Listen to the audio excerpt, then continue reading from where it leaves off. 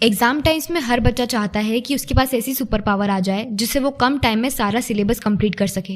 और जिन स्टूडेंट्स ने पूरे साल अपनी टेक्स्ट बुक को नेग्लेक्ट किया हो उनके लिए तो एग्जाम किसी नाइटमेयर की तरह होता है। इस एग्जाम प्रेशर में ज़रूरी है कि आप कम टाइम में ज़्यादा पढ़ सके।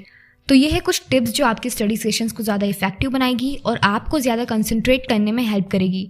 नंबर 1 पे आता है focus on your core material. आपके सिलेबस के स्टडी मटेरियल को हम 2 पार्ट्स में डिवाइड कर सकते हैं, आपका कोर मटेरियल और आपका इलैबोरेटिव मटेरियल। आपके कोर मटेरियल में आता है कुछ important principles like laws of Newton या फिर genetic principles, theorems, formulas, important diagrams और ग्राफ्स। एंड इलैबोरेटिव मटेरियल में आता है डिटेल्ड एक्सप्लेनेशन, एग्जाम्पल कोड्स या फिर इलस्ट्रेशंस एक्सेट्रा। ज़्यादातर एग्जाम्स में 80% ऑफ क्वेश्चंस आपके कोर मटेरियल से आ सकते हैं। तो अगर आप अपने बचे हुए सिलेबस के खत्म न होने की वजह से डर रहे हो तो आप सब्जेक्ट्स के कोर मटेरियल पर कंसंट्रेट कर सकते हैं। और इसके साथ अपने लास्ट ईयर पेपर की मदद से आप अपने क्वेश्चन पैटर्न को समझ सकते हैं ताकि जिन क्वेश्चंस की एग्जाम में आने की प्रोबेबिलिटी बहुत कम हो आप अपना कीमती समय उसमें बर्बाद ना करें। Number 2, shift between subject categories. पूरे दिन के लिए अपना स्टडी लिस्ट स्केड्यूल करने से पहले आपको ये जानना ज़रूरी है कि आपके सब्जेक्ट को आप 3 कैटेगरीज में डिवाइड कर सकते हैं, memory dependent subjects, problem solving subjects और interpretation based subjects. Memory dependent subjects में आते हैं सब्जेक्ट जैसे कि बायोलॉजी, हिस्ट्री एंड जियोग्राफी, जिसमें बहुत सारा मतलब 90% तक का मटेरियल ऐसा होता है जो आपको बस याद करना होता है। प्रॉब्लम सॉल्विंग सब्जेक्ट्स में आता है आपका मैथ्स या फिजिक्स। इंटरप्रिटेशन बेस्ड सब्जेक्ट्स में आता है इंग्लिश या फिर दूसरे लैंग्वेजेस के लिटरेचर पेपर्स। इफेक्टिव स्टडिंग के लिए आपको अपने डे को इन 3 कैटेगरीज में डिवाइड करके अपना स्टडी टाइम टेबल बनाना चाहिए। लाइक मॉर्निंग में प्रॉब्लम सॉल्विंग सब्जेक्ट्स, डे में मेमोरी बेस्ड सब्जेक्ट्स, इवनिंग में इंटरप्रिटेशन बेस्ड सब्जेक्ट्स, में अगेन मेमोरी बेस्ड सब्जेक्ट। अपनी कन्वीनियंस के हिसाब से आप इसे स्केड्यूल कर सकते हैं। Number 3, learn and right. Chapters को रीड करके इंपॉर्टेंट पोर्शंस को हाईलाइट करना आपकी बहुत हेल्प कर सकता है।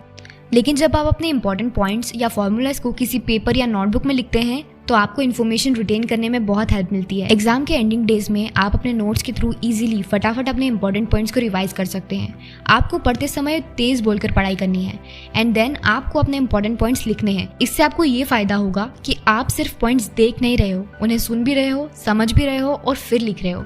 Number 4, use proven note taking strategies.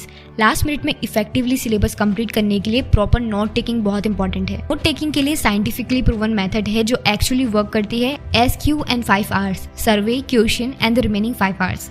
सर्वे, अपने टेक्स्ट बुक की सर्वे करो। 7 से 10 मिनट के अंदर अंदर अपनी टेक्स्ट बुक के इंपॉर्टेंट एरियाज और चैप्टर को मार्क करो जो ज्यादा मार्क्स की कवरेज रखते हो। Second, questioning. अपनी टेक्स्ट बुक के हेडिंग और सब हेडिंग्स को ऐसे क्वेश्चंस में कन्वर्ट करो जो कि आपके हिसाब से एग्जाम में आ सकते हैं। फॉर एग्जाम्पल, अगर हेडिंग है Newton's law of motion, then what are Newton laws of motion, and sub heading में उसके लॉज होंगे, then what is first law, second law और थर्ड लॉ। कुछ इस तरह से क्वेश्चन बनाएं और अपनी टेक्स्ट के इंपॉर्टेंट पोर्शन की साइड में लिख ले। रीड, रिकॉर्ड और रिसाइड। नाउ अगेन अपनी टेक्स्ट बुक में दिए गए इंपॉर्टेंट पॉइंट्स को अपने सिंपल वर्ड्स में रिकॉर्ड करें ताकि आप हर टॉपिक को इजीली अंडरस्टैंड कर सके। आप इंपॉर्टेंट पॉइंट्स को बॉक्सेस बनाकर भी रख सकते हैं ताकि रिवीजन करते वक्त आप इजीली फटाफट उसे कम्प्लीटली लर्न कर सके और इसके बाद अपने इंपॉर्टेंट पॉइंट्स को पढ़े। रिव्यू, जो क्वेश्चंस आपने अपनी सब हेडिंग से बनाए हैं उन्हें खुद से पूछो और देखो कि वो आपको याद रहते हैं या नहीं, आप प्रॉपरली उन्हें आंसर कर पा रहे हो या नहीं। लास्ट है रिफ्लेक्ट। अब इन सभी स्टेप को रिपीट करें और अपने याद किए गए टॉपिक पर रिफ्लेक्ट करें till it's completely memorized. 5th, give your mind regular breaks. Break का मतलब यहाँ कंप्लीट ब्रेक से है। जब भी आप पढ़ते वक्त ब्रेक लेते हैं तो आपका माइंड एग्जाम रिलेटेड विचारों से फ्री होना चाहिए। इस ब्रेक के टाइम पर आप अपने फ्रेंड से सिलेबस का डिस्कशन या अगले प्लानिंग के बारे में मत सोचो। ऐसा करने पर आपका माइंड ब्रेक पर नहीं होता है। अगर आपका माइंड ढंग से ब्रेक नहीं लेगा तो आपको नेक्स्ट राउंड ऑफ स्टडिंग के लिए ज़्यादा इफेक्टिवली स्टडी नहीं कर पाएंगे। Number 6, don't study more than 2 hours at a stretch. Continuous study के लिए 2 घंटे का टाइम पीरियड ऑप्टिमम माना जाता है। आप चाहे तो 2 घंटे में 25 मिनट स्टडी एंड 5 मिनट का ब्रेक ले सकते हैं और इसे स्लॉट्स में ब्रेक डाउन कर सकते हैं। और अगर आप कंटिन्यूसली पढ़ना चाहते हैं तो हर 2 घंटे के बाद 20 मिनट का ब्रेक ले सकते हैं। Number 7, revise with in 24 hours. अगर आप एग्जाम्स के कुछ दिन पहले अपने बचे हुए चैप्टर्स या सिलेबस को कंप्लीट कर रहे हो तो आपको उसे विद इन 24 आवर्स रिवाइज करना भी बहुत जरूरी है। आपकी याद की गई कोई भी इन्फॉर्मेशन अगर आप रिवाइज नहीं करोगे तो साइंस के हिसाब से आप 80% याद की गई इन्फॉर्मेशन भूल सकते हो। So revise with in 24 hours. ये 7 इफेक्टिव स्टडी टिप्स आपको लास्ट एग्जाम डेज में अपना सिलेबस कंप्लीट करने में बहुत यूजफुल रहेगी। All the best for your exams.